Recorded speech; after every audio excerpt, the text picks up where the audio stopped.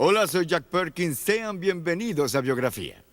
Bien, acerca del programa de hoy, puedo decirles que él es un artista que combina el arte renacentista y el barroco con la tradición colonial de Latinoamérica. O quizás que él estudió en Madrid y Florencia y ha hecho exposiciones en el prestigioso Museo de Arte Moderno de Nueva York, en el Le Grand Palais de París y en las principales galerías del mundo. Pero un vistazo a las inconfundibles y voluptuosas líneas de sus figuras humanas es suficiente para identificar el distintivo toque de Fernando Botero.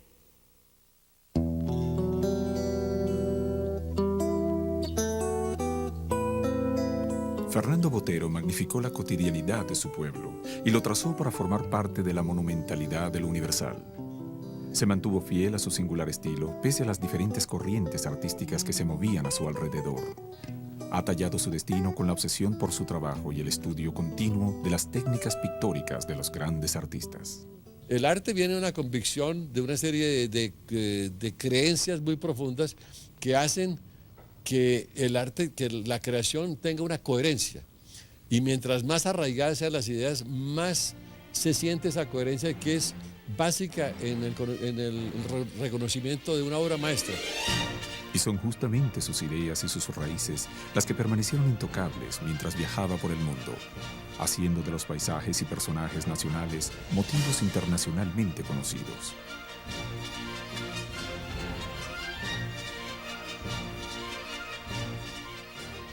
Mais quand même, quand je suis arrivée en Colombie, je ne sais pas si c'est parce que j'avais aussi, et j'ai toujours les yeux de l'amour, que ça aide beaucoup, j'ai vu la Colombie à travers ses yeux. En el preciado lienzo en el que se trazaba su vida familiar, las cosas no siempre han pintado bien para Botero en su vida personal. Sufrió la muerte de su hijo menor y la separación de uno de sus grandes amores. La relación cuando muere Pedrito. Entonces, cada uno se siente culpable de la muerte de Pedrito sin ser culpable de ninguno de los dos en un accidente. Sobreviviente de la pobreza en medio de un pueblo campesino en donde el arte no tenía cabida, Botero ha probado que nació para llenar de color el destino que lo haría parte del universo de la plástica y así regalarle al mundo una firma visionaria de la eternidad del arte. Io, ma lo dicono molti critici, Fernando Botero è un grande artista che ha lasciato un segno nella seconda parte di questo ultimo secolo e lascerà un segno nella storia dell'arte mondiale.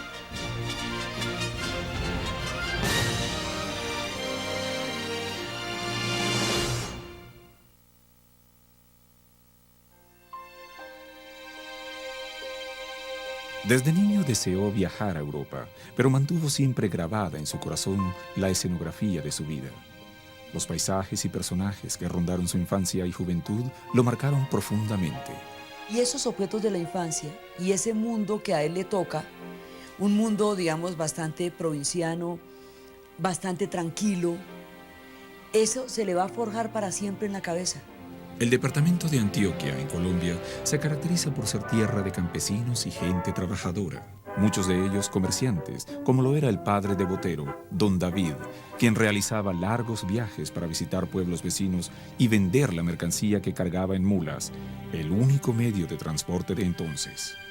El padre decide dedicarse a la arriería, esto es 40 mulas y 80 cajas con mercancías que él llevaba por los pueblos de Antioquia, vendiendo y haciendo sus negocios para que la familia pudiera subsistir. La capital de Antioquia, Medellín, ubicada a 420 kilómetros al noroccidente de Bogotá, en ese entonces con cerca de 30.000 habitantes, fue el hogar del matrimonio conformado por don David y doña Flora Angulo. Doña Flora permanecía largas temporadas sola con su hijo Juan David, de 8 años, esperando la llegada de su esposo, un trabajador incansable quien viajaba de pueblo en pueblo vendiendo sus mercancías. En abril 19 de 1932, nace el segundo hijo de don David y doña Flora, Fernando Botero. 4 años más tarde, su padre, pilar económico del hogar, muere de un ataque al corazón. Su madre, embarazada de Rodrigo, se ve obligada a recurrir a la familia. No teníamos mucho dinero para la ropa, entonces aceptábamos la ropa de nuestros tíos, de nuestros parientes. Los paños se volteaban y este bolsillo quedaba de este otro lado, ¿no? Pero era la señal de que la ropa había sido usada anteriormente por nuestros parientes. En su primera etapa de la vida, dentro de una gran pobreza y de recursos muy limitados, lo marcaron de una forma muy importante. Doña Flora era conocida por ser una mujer muy hábil en las manualidades. Salió adelante con sus 3 hijos, dando clases de modistería, haciendo sombreros y trabajando con sus hermanas. El tío Joaquín Angulo asumió el rol paterno de los hermanos Botero. Y yo creo que eso hacía que Joaco, porque nadie lo llamaba Joaquín sino Joaco, pues fuera la figura principal de la familia y a la vez la figura paterna de Fernando, de Juan David y de Rodrigo. Y fue justamente el tío Joaquín quien ejercería una gran influencia en Fernando, el artista.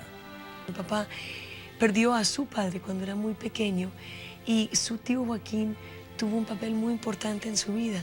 Y a muy temprana edad su tío Joaquín decidió que el camino de mi papá era ser torero. Las tendencias de la época inclinaban a los jóvenes hacia el mundo de la tauromaquia. Es así como Botero, a los 12 años, inicia clases con el banderillero Aranguito. Pero su fascinación por los toros desbordó los ruedos para regalarle a la humanidad verónicas de arte inspiradas en la fiesta brava. La escuela taurina de Arango, en la plaza de la Macarena, porque él era el conserje de la plaza, pues era mucho de hablar y mucho de torear de salón, pero muy poco de la realidad del toreo.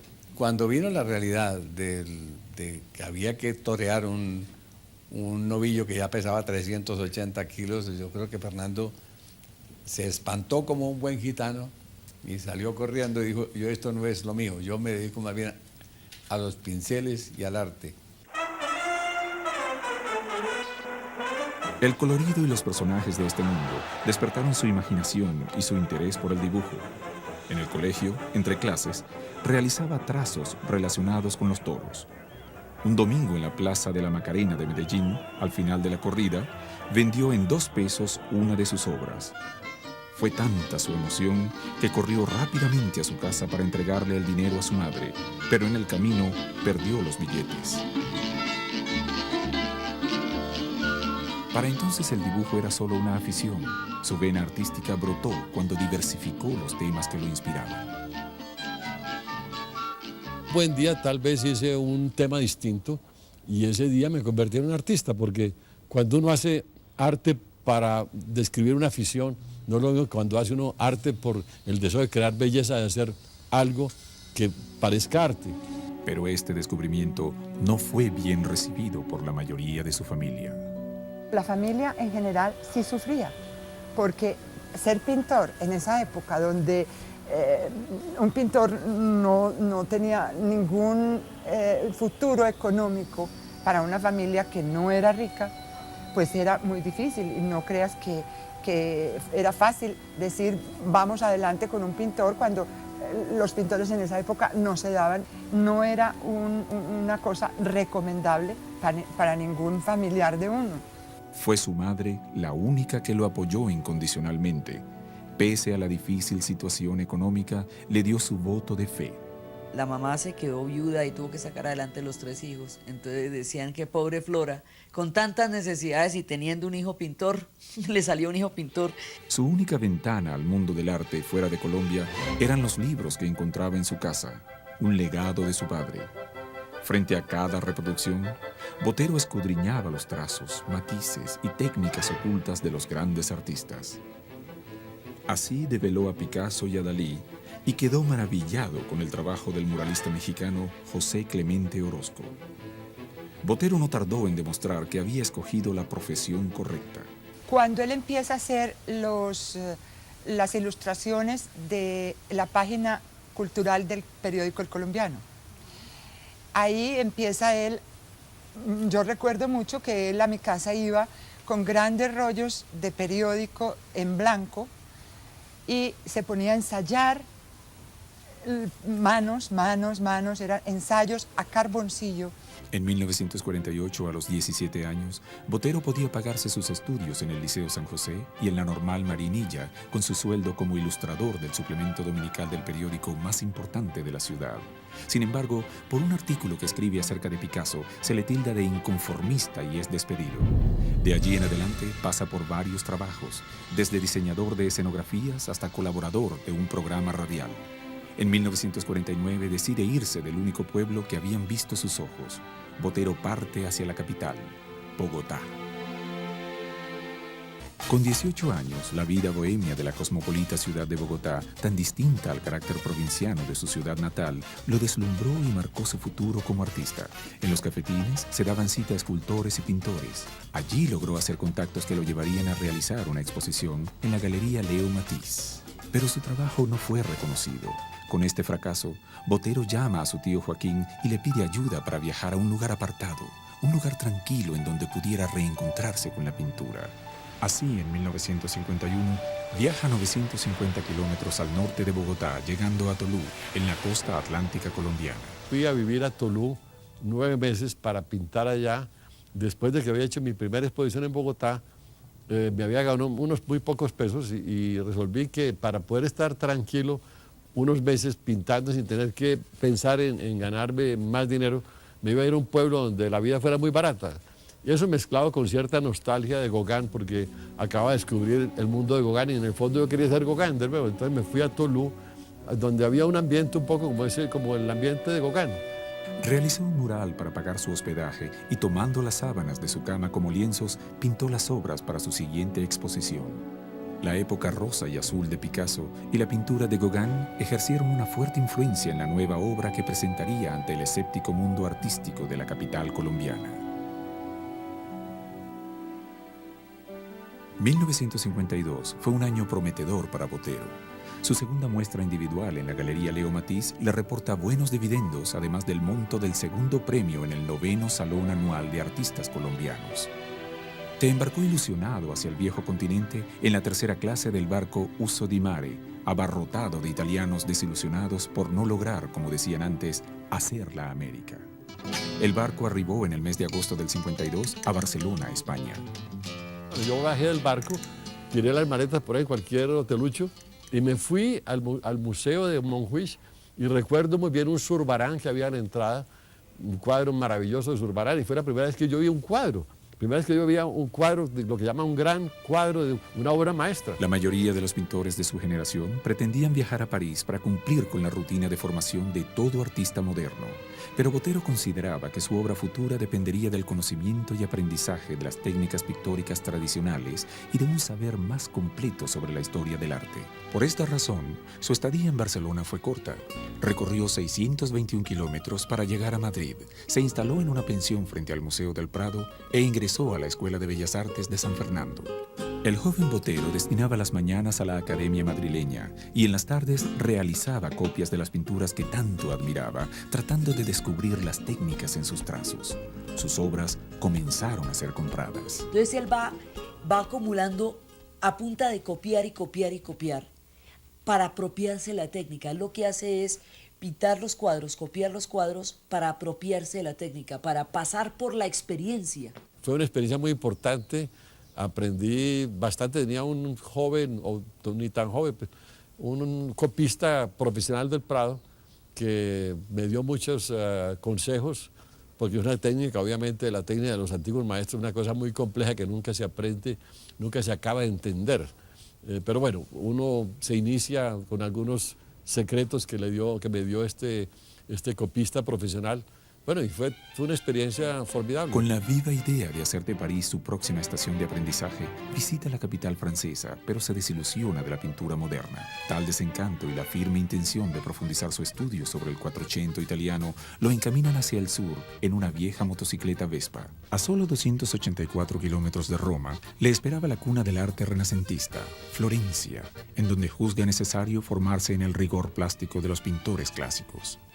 Se inscribe en la Academia de San Marcos, reparte sus días entre el aprendizaje de la pintura mural y sus prácticas pintando al óleo en su estudio de la Vía Panicale. Y él se va 2 años a Florencia.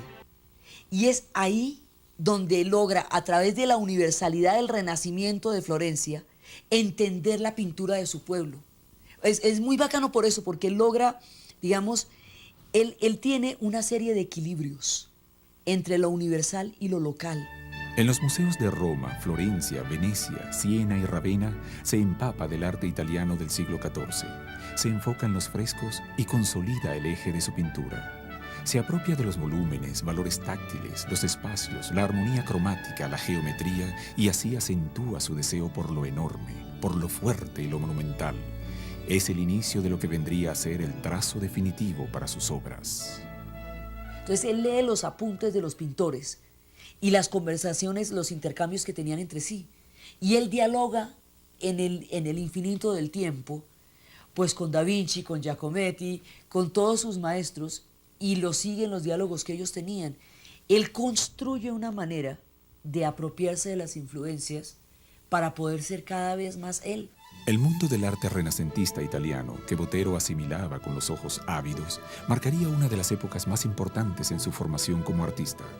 Con un amplio bagaje cultural adquirido en su recorrido por Europa, Fernando Botero, de 22 años, decide regresar a su país.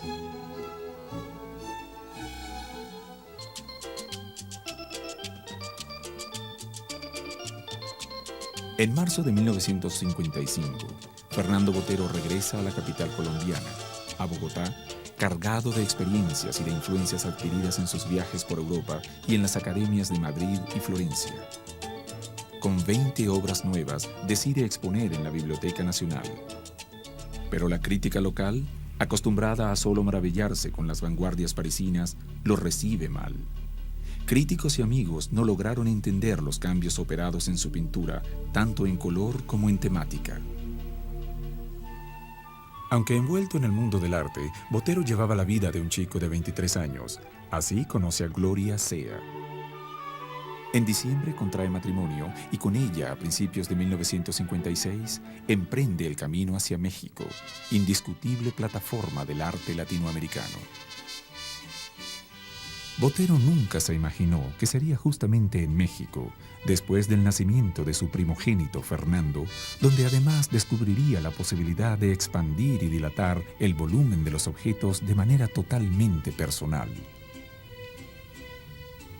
Uno tiene que llegar a un momento en que tiene una forma personal de expresar ese volumen. Y ese momento me llegó en México un día que yo estaba haciendo una mandolina, que en el momento de poner el hueco que tiene la mandolina la hice muy pequeño el hueco, y la mandolina, que ya tenía un trazo exterior muy generoso, tomó unas proporciones monumentales.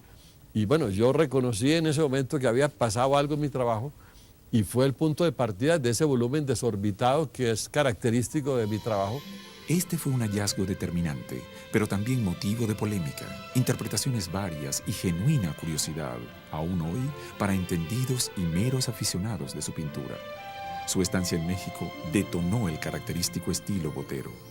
Su atracción por la sensualidad de los volúmenes de la escultura olmeca y su fascinación ante la libertad del arte precolombino manifestado en las figuras humanas y animales se verían reflejadas en futuras obras. En 1958, a su regreso a Bogotá, expuso en el 12º Salón Nacional de Colombia. En su material denotaba elementos folclóricos mexicanos y un cierto énfasis colorístico proveniente de los muralistas y en especial de Rufino Tamayo. Él dice que él no le da que no hay una pincelada en sus cuadros que no esté avalada por la historia de la pintura.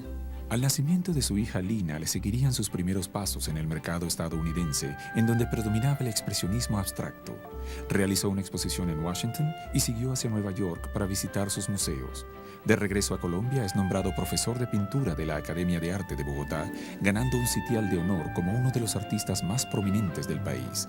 Es nombrado representante de Colombia en la Quinta Bienal de Sao Paulo. En esa misma época obtiene el premio Guggenheim. Las cosas parecían estar cambiando para Botero. En lo personal, era inmensamente feliz con el nacimiento de su tercer hijo, Juan Carlos. La existencia de sus hijos representa lo que después llamaría el motor de su vida, pero sentía que aún había mucho camino por recorrer en el mundo, muchos retos y mucho por conquistar. Siguiendo su intuición y sus deseos, decidió viajar a Estados Unidos, una aventura a donde su esposa no lo acompañaría. Gloria Sea no deseaba que su marido siguiera en la dura ruta que buscaba su consagración como pintor. Con la separación se dio término a la conflictiva relación. Con $200 en el bolsillo y sin hablar inglés, llega a Nueva York, que a principios de los años 60 era el centro mundial del arte y el lugar donde llegaban anualmente miles de escultores y pintores para probar suerte y perfeccionar sus técnicas. Consiguió un pequeño estudio en Greenwich Village. Luego de muchos esfuerzos, logró realizar su primera exposición en la galería neoyorquina The Contemporaries, pero la crítica lo despedazó. Entonces él llega a Nueva York en la época en que el abstracto está en un furor tan grande que ya parecería que el arte figurativo desapareció. Y él sigue pintando lo mismo.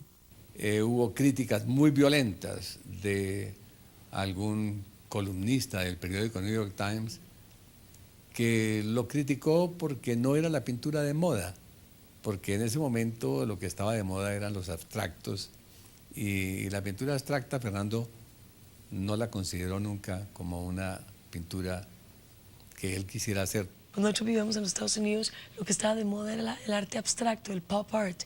Y mi papá obviamente era un artista figurativo, trabajando contra la corriente de lo que se estaba haciendo en ese momento, y las críticas hacia él eran muy fuertes.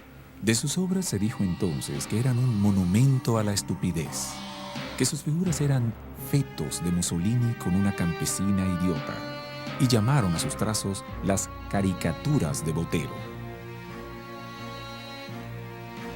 Pero más allá de estos estridentes reparos, Botero conseguiría imponerse poco a poco.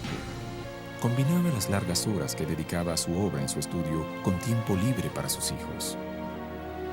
Quiero decir que en esa época mi papá estaba en una etapa de su vida en que apenas estaba empezando a consolidarse, ¿me entiendes? Como muchos artistas estaba buscándose a sí mismo, buscando su propio estilo, su lenguaje, su forma de expresión, tratando de conquistar el éxito y el reconocimiento de alguna manera. Entonces, lo que él no tenía en dinero, porque no tenía un centavo en esa época, lo compensaba con imaginación. Simultáneamente con su fracaso ante la crítica, los tiburones del mercado del arte se aprovecharon de la situación. El pintor, para no morir de hambre, vendía sus elaborados dibujos a $10 y sus monumentales óleos a $200 la unidad. En medio del olor a trementina, el pintor volvió a vivir una situación de pobreza casi absoluta, la misma que marcó su vida durante su infancia. Subsistía con lo que se conocía en el barrio de los artistas empobrecidos como sopa de pintor, que no era otra cosa que un lánguido y descolorido caldo de menudencias de pollo. Pero frente a sus hijos, Botero hacía gala de su ingenio tratando de ocultar la difícil situación económica por la que atravesaba, preparándoles una sopa muy especial. Preparaba una sopa de ojos. Entonces, era una sopa de lata, pero salía a una tienda que había junto a la casa donde vendían prótesis y compraba unos ojos de plástico y los echaba a la sopa. Entonces le decía a uno que era una sopa de ojos, y entonces cuando uno, pero como él lo decía tan seriamente, a uno no le cabía por la cabeza que no pudiera, y era una sopa de tomate, sino que le echaba un par de ojos que eran de prótesis. Entonces uno le metía la cuchara a la sopa y los ojos se movían. Y mi papá era absolutamente serio, sentado en la mesa esperando que uno se tomara la sopa. Vendrían una serie de sucesos que aliviarían un poco esta dura etapa. En 1961, el Museo de Arte Moderno de Nueva York adquiere la obra Mona Lisa a los 12 años. Además, conoce a Cecilia Zambrano, con quien se casa y se traslada a vivir al East Side e inicia una serie de discretas exposiciones en el viejo continente, en ciudades como Múnich, Hannover, Berlín, Hamburgo, Düsseldorf y otras. Durante este periodo en Nueva York, que duraría casi 13 años, Botero viaja constantemente, pero aún no recibía el reconocimiento que sería su pasaporte a la fama. Todavía estaba por venir el suceso que definiría su éxito artístico internacional. En 1967, después de pasar grandes trabajos, la suerte le sonreiría a Fernando Botero. Luego de su fracaso inicial en Nueva York, se aferraría a la ciudad hasta conquistarla. Logró exponer en la Inter-American Society, en donde Jim Aberbach, dueño de la galería y considerado un peso pesado en el mundo del arte, conoció su obra. El encuentro con Aberbach derivó a una serie de exitosas exposiciones que marcaron su entrada al universo de la plástica. Nous avons rencontré Fernando en 1969. C'est un ami commun qui nous a présenté, Monsieur Haberbach, qui connaissait Botero déjà depuis quelques années et qui avait une très belle collection de ses œuvres. En 1970, su primera exhibición en la prestigiosa Galería Marlborough contaría con las mejores críticas por parte de aquellos que poco tiempo atrás habían satirizado su obra. Es un éxito rotundo. Se venden todos sus cuadros. Paralelamente, Botero celebra el nacimiento de Pedro, su cuarto hijo. Satisfecho con sus nuevos logros, continúa su constante trabajo y estudio. Si la manière tellement personnelle de travailler, si vous voulez, ces formes voluptueuses et très originales.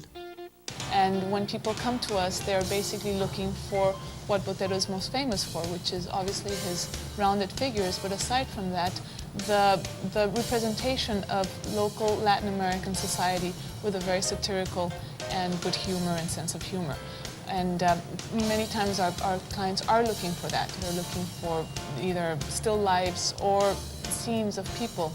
Estos acontecimientos determinaron su crecimiento sostenido, que en el arte no es un proceso natural, sino el resultado de un arduo trabajo y de la sabia intuición para comprender los vínculos que unen todas las cosas.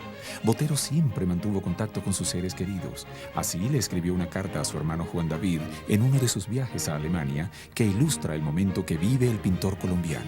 En este momento conozco todo lo que hay que conocer en la técnica de la pintura.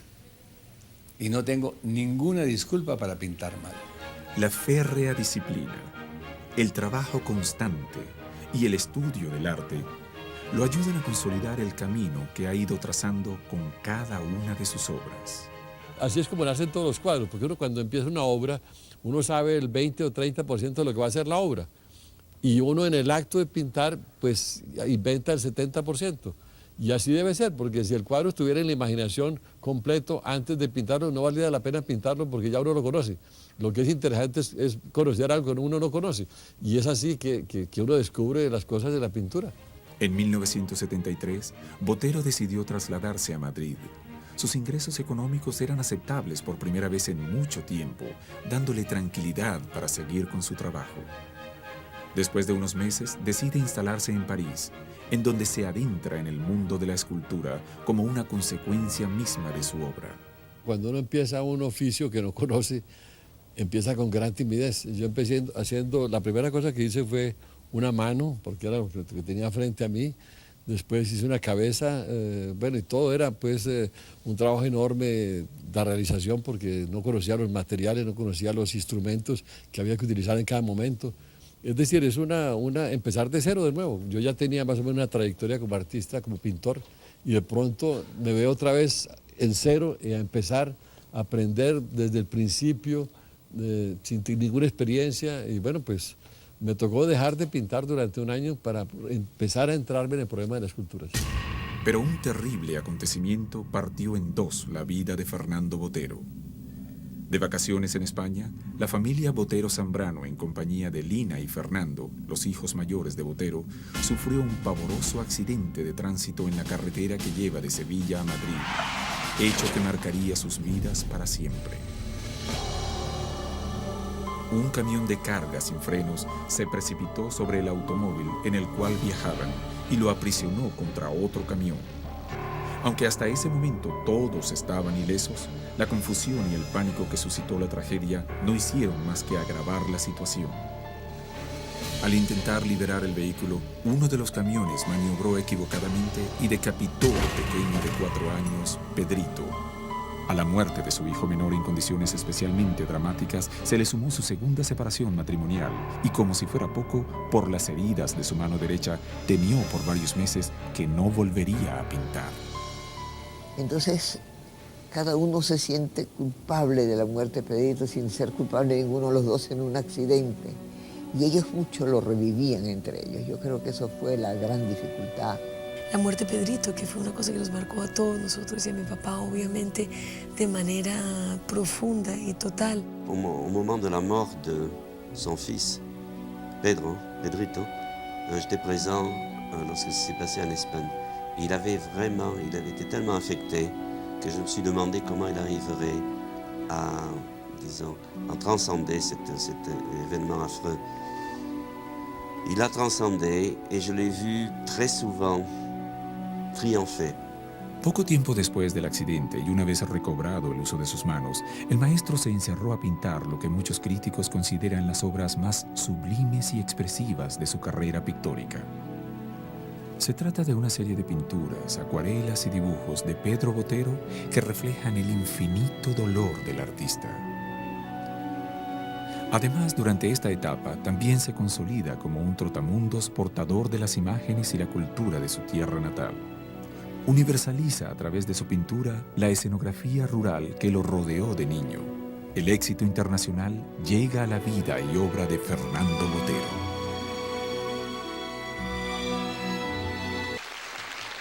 La luz volvería a brillar para Fernando Botero. En su Colombia natal se le otorga una de las máximas distinciones oficiales, la Cruz de Boyacá. Y junto a las deferencias honoríficas, un nuevo romance alimenta el corazón del maestro. Une su vida a la artista griega Sofía Vari, destacada pintora, escultora y diseñadora de joyas. Ça fait à peu près, je crois, 25 ans que j'ai connu Fernando à Paris, dans un dîner, d'une façon tout à fait classique. Malheureusement, j'aurais voulu pouvoir raconter une histoire plus amusante que ça, mais non, dans un dîner. À l'époque, je connaissais très peu son travail, et lui, je ne l'avais jamais vu. Et naturellement, j'étais immédiatement totalement impressionnée. Hasta hoy, Sofía Vari continúa siendo su compañera inseparable. Durante la década de los 80, las obras de Botero se exhibieron en diversos museos y países como Bélgica, Noruega, Suecia y Estados Unidos. Pero parte de su cotidianidad transcurriría en Pietrasanta, Italia, ubicada a 400 kilómetros al norte de Roma, famosa por sus canteras de mármol y sus fundiciones. Allí instala su residencia y estudio, un lugar que serviría de refugio personal y taller para sus esculturas. En esa época, Botero trabajó exclusivamente el tema taurino, que junto al religioso han ocupado muchos de sus cuadros. Les thèmes qu'on trouve, ce sont toujours des prétextes pour créer, des prétextes pour mettre une couleur, des prétextes pour faire une composition. Bon, je ne dis pas qu'il n'est pas croyant, certainement qu'il est croyant, mais les thèmes de la religion sont des thèmes extraordinaires. Vous imaginez un pop, il peut avoir une couleur rouge, il y a tout ça, c'est extraordinaire comme prétexte pour la peinture. El maestro colombiano decide investigar más a profundidad en el mundo de la escultura, la cual le ha brindado incomparables satisfacciones. En 1985, la Galería Marlborough de Nueva York abre sus puertas para sus llamativos tallados. En 1992, exhibe en Monte Carlo. Y en octubre del mismo año, le ofrecieron realizar una exposición sin precedentes que lo ubicó en la cúspide de la fama. Exhibir 32 de sus esculturas en una de las avenidas más famosas del mundo, los Campos Elíseos de París. Y la persona encargada de todos los parques de París dijo, bueno, pero ¿por qué no lo hacemos bien en los Campos Elíseos? Yo cuando vi esta cosa no podía creer, pues, porque nunca nadie había sido invitado, nunca, a exponer en los Campos Elíseos. Y yo le dije, no, sí, claro, ese es el sitio, en realidad, sí, hagámoslo en los Campos Elíseos. Esta exposición, única, singular y sin precedentes en la historia del arte moderno, colocó a Botero como un grande entre los grandes. El presidente de Francia, Jacques Chirac, afirmó entonces que Botero era en efecto un lazo entre dos continentes a la vez diferentes y complementarios entre dos mundos, el de los maestros occidentales y el de la tradición latinoamericana. Sus creaciones, majestuosas e impresionantes a la vez, animarían de una manera insólita a la avenida de los Campos Elíseos. En 1994, vuelve a realizar la misma exposición en otra de las avenidas más conocidas del mundo, Park Avenue de Nueva York. La catarata de triunfos y reconocimientos se extendió a otros escenarios. Probably the highest point of the market was the early 90s, up to 1994, in which the market was very, very strong. And likewise, artists like Frida Kahlo, Diego Rivera, Botero, Tamayo, and Lam were achieving their highest prices at auction. El arte supremo de Botero también engalanó el Paseo de Recoletos en Madrid y el Forte Belvedere en Italia.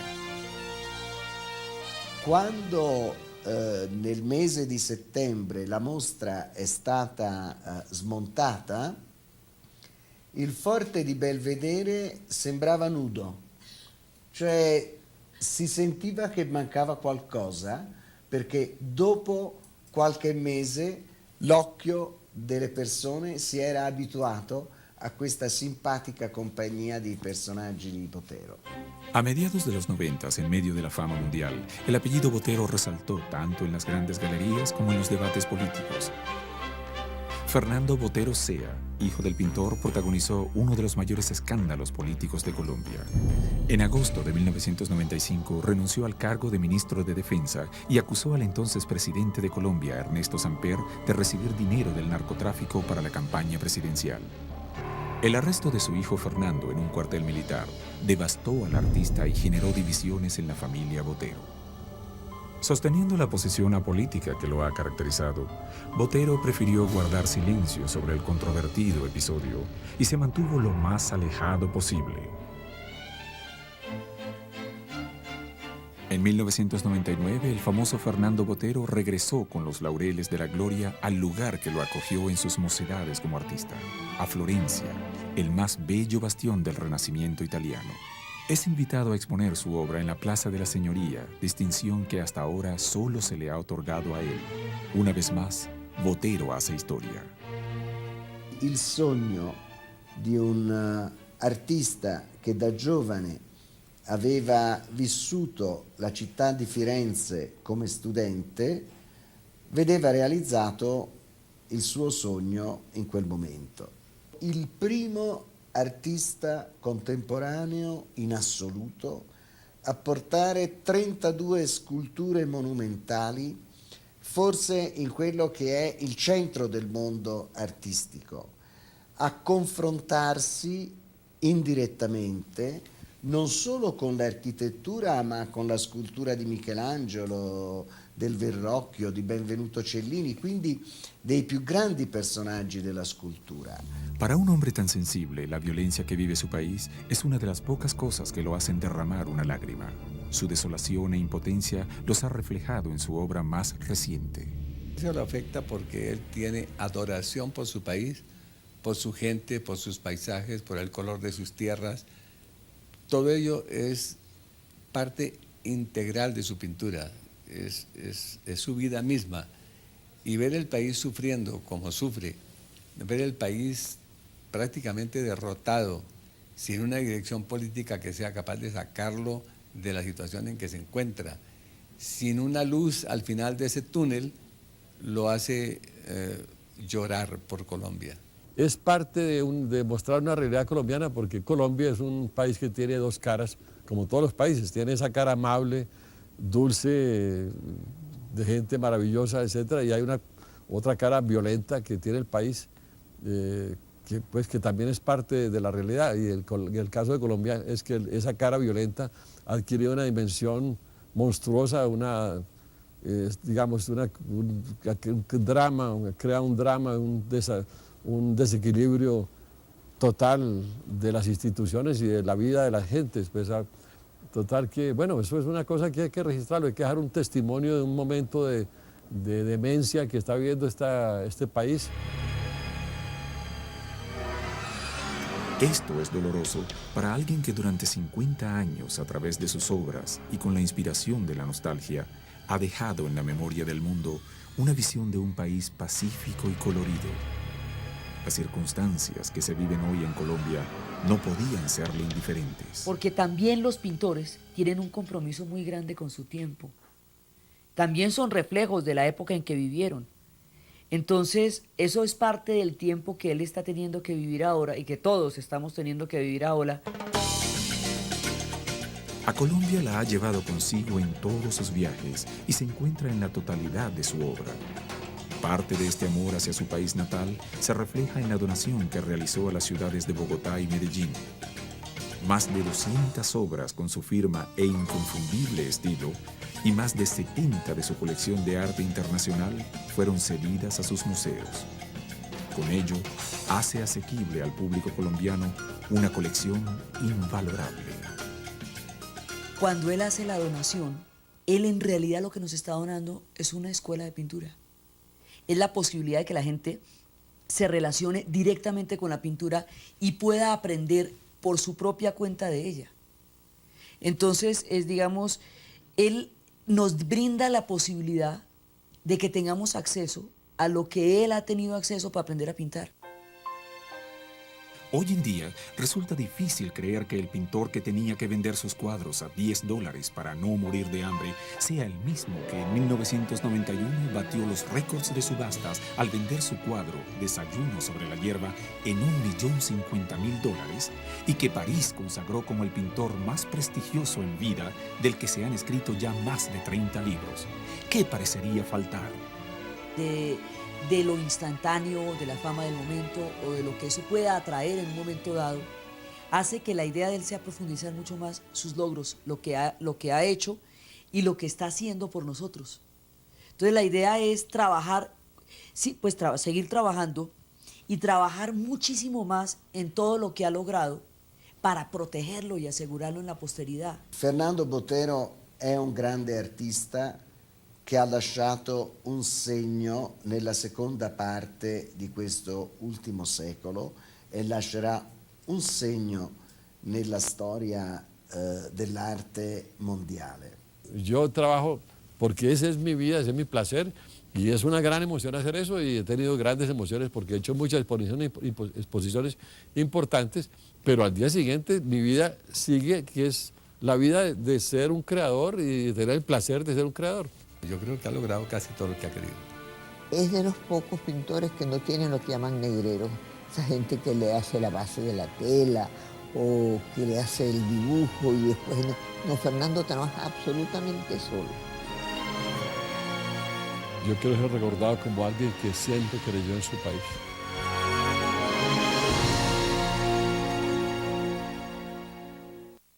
Fernando Botero viajó a través de las capitales del arte en el mundo para encontrar más influencias para su talento, pero fueron sus raíces latinoamericanas las que le abrieron los ojos después de tanto viajar. Botero pensaba que la abundancia de grandes obras en Europa podía cambiar la apreciación de los estudiantes de arte nativo. Al trazar su camino, Botero desarrolló la cualidad de ver sin prejuicios con lo que él llama ojos limpios. Aquellos que hemos visto sus obras, estamos de acuerdo en que esos ojos tienen una visión tremendamente original. Para Biografía, soy Jack Perkins. Hasta la próxima.